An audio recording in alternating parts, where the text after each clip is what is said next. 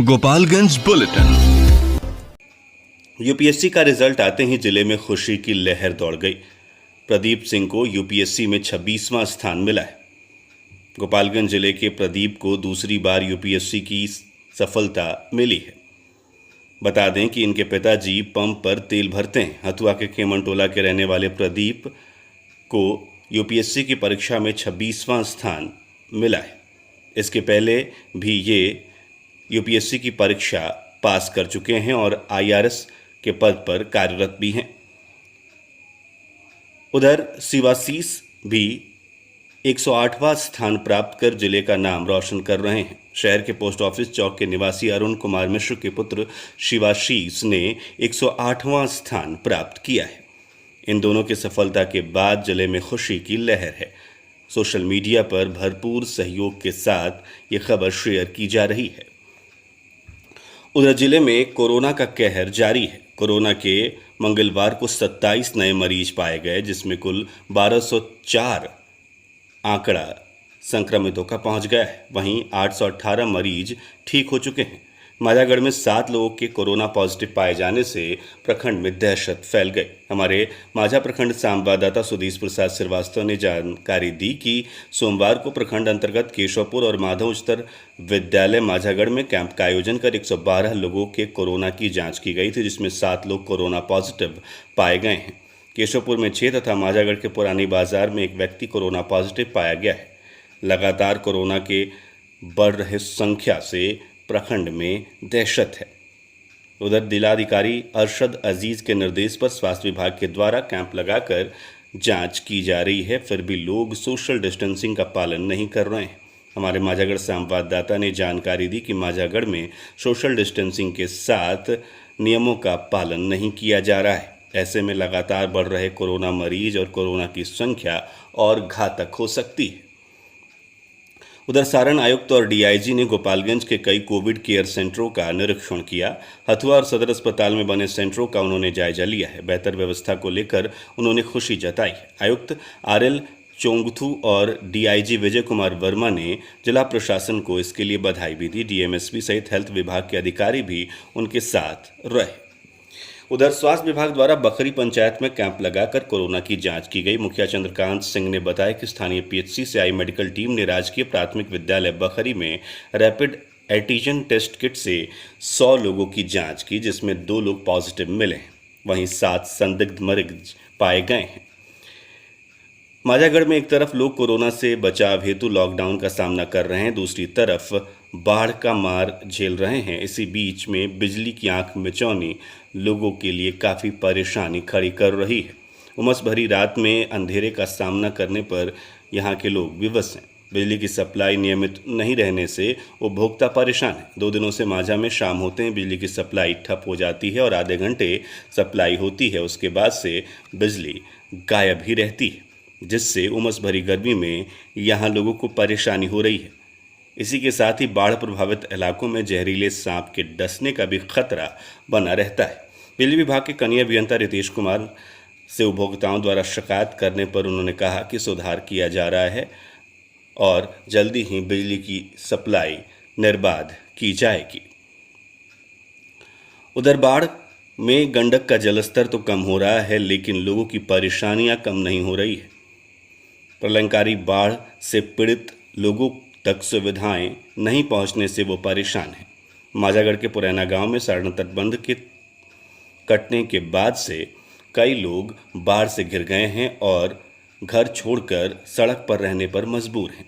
वहां भोजन के लिए भी परेशान हैं। इस गांव में 2 कम्युनिटी किचन चल रहा है, फिर भी पानी कम होता देख कम्युनिटी किचन प्रशासन के द्वारा बंद कर देने से भोजन के लिए लोग मोहताज हो गए हैं। घर विहीन हुए विश्वनाथ यादव ने बताया कि मेरा घर बाढ़ की तेज धार में ध्वस्त हो गया, लेकिन सरकार के द्वारा कोई व्यवस्था अभी तक नहीं की गई है। भोजन के सारे सामान बाढ़ में बह गए हैं। अभी भी घर में 2 फीट पानी लगा है, लेकिन सरकार द्वारा दिए जा रहे भोजन को बंद कर दिया गया है। वहीं इसी गांव के बाढ़ पीड़ित सत्येंद्र यादव, विंदा यादव सहित दर्जनों ग्रामीणों ने बताया कि जब तक प्रशासन द्वारा बाढ़ राहत की सामग्री का वितरण नहीं किया जा रहा, तब तक भोजन कराने की व्यवस्था चलनी चाहिए। सारे सामान बाढ़ में बह गए हैं। खाने तक के लिए गिलास और थाली भी नहीं है। अभी तक बाढ़ राहत सामग्री का वितरण नहीं किया गया है। इस परिस्थिति में कम्युनिटी किचन बंद कर देने से इन लोगों के सामने भुखमरी की स्थिति पैदा हो गई है। उधर अंचल पदाधिकारी शाहिद अख्तर ने कहा है कि बाढ़ प्रभावित क्षेत्र के जनप्रतिनिधियों की बैठक कर बाढ़ प्रभावित क्षेत्रों की समीक्षा करने के बाद सर्वे कराया जा रहा है। सर्वे रिपोर्ट मिलते ही बाढ़ राहत वितरण का कार्य शुरू कर दिया जाएगा तथा बाढ़ में जिनके मकान ध्वस्त हो गए हैं उनको सर्वे रिपोर्ट के अनुसार सरकारी नियमानुसार मकान बनाने की प्रक्रिया भी शुरू की जाएगी। बाढ़ का पानी जब तक था तब तक कम्युनिटी किचन चलाया गया। बाढ़ का पानी समाप्त होने पर किचन को बंद कर दिया गया है। उधर गोपालगंज सदर अंचलांतर्गत तटबंधों का निरीक्षण किया गया। गंडक नदी का जलस्तर धीरे धीरे कम होता हुआ दिख रहा है। रेनकट रैट होल तटबंध में नहीं है। सीओ सदर विजय कुमार सिंह ने बताया कि तटबंध पूरी तरह से सुरक्षित दिख रहा है। राजद विधायक और पूर्व स्वास्थ्य मंत्री तेज प्रताप यादव ने गोपालगंज का दौरा किया। बरौली के देवापुर में बाढ़ पीड़ितों के बीच उन्होंने राहत सामग्री का वितरण किया। तेज प्रताप यादव ने कहा कि कोरोना और बाढ़ राहत के मामले में वर्तमान सरकार पूरी तरह से फेल है।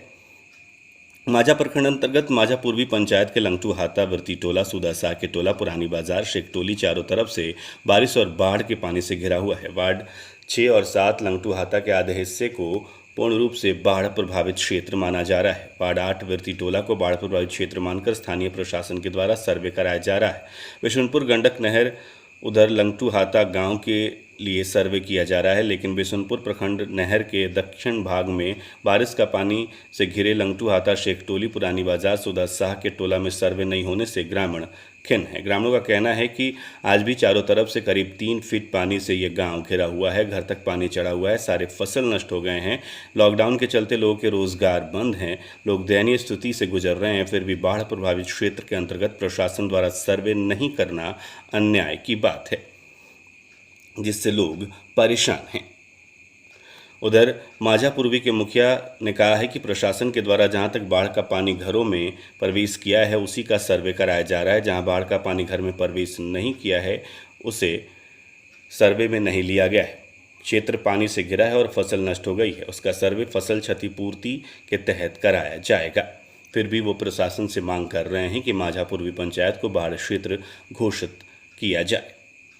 जिले के प्रभारी मंत्री स्वास्थ्य मंत्री मंगल पांडे को विधान पार्षद आदित्य नारायण पांडे ने मोमेंटम देकर सम्मानित किया। प्रभारी मंत्री को विधान पार्षद के द्वारा एक ज्ञापन भी दिया गया। ज्ञापन में प्रभारी मंत्री से सिपाया में मेडिकल कॉलेज की स्थापना, सारण मुख्य तटबंध बांध की पक्कीकरण और बाबा करतानाथ महोत्सव प्रतिवर्ष कराए जाने की मांग की गई है। उधर बिशंबरपुर थाने की पुलिस ने दर्जन भर शराबियों को गिरफ्तार किया है। थानाध्यक्ष अशोक कुमार ने बताया कि गश्ती के दौरान काला मठनिया बांध स्थित मंदिर के पास 6 लोग को एक एक बोतल शराब के साथ गिरफ्तार किया गया। गिरफ्तार शराबी राजकिशोर यादव, विकास कुमार, सत्येंद्र सहनी, राहुल कुमार, नीरज कुमार गुप्त और राहुल कुमार गुप्त सभी चंपारण जिला के रहने वाले बताए जा रहे हैं। उधर हमारे थावे संवाददाता गौतम कुमार ने जानकारी दी कि थावे बाजार से बरामदे में खड़ी एक बाइक को अज्ञात चोरों द्वारा चोरी कर ली गई। बताया जाता है कि विदेशी टोला निवासी मनोज कुमार गुप्ता की बाइक चोरी की गई है। इस मामले में अज्ञात चोरों के विरुद्ध प्राथमिकी दर्ज की गई है। पुलिस मामले की छानबीन कर रही है। थावे थाना क्षेत्र के बंगरा गांव में आपसी विवाद को लेकर हुए मारपीट में परिवार को मारपीट कर घायल कर दिया गया। बंगरा गांव के वनसेवक राम ने आरोप लगाया है कि वो अपने घर पर थे, उसी दौरान गांव के कुछ लोग वहां आकर गाली गलौज करने लगे और घर में घुसकर परिवार को मारपीट कर घायल कर दिया तथा 2 लाख रुपए के गहने और कपड़े लूट कर भाग गए। पुलिस प्राथमिकी दर्ज कर मामले की जांच कर रही है। थावे पुलिस ने रंगे हाथ बाइक सहित बाइक चोर को गिरफ्तार किया है। थानाध्यक्ष विशाल आनंद ने बताया कि लोहारपट्टी गांव से रविवार की रात हीरो ग्लैमर बाइक को चोरी कर लिया गया था, जिसको लेकर बाइक मालिक मोतीलाल पंडित ने आवेदन दिया था। आवेदन पर प्राथमिकी दर्ज कर पुलिस छानबीन कर रही थी।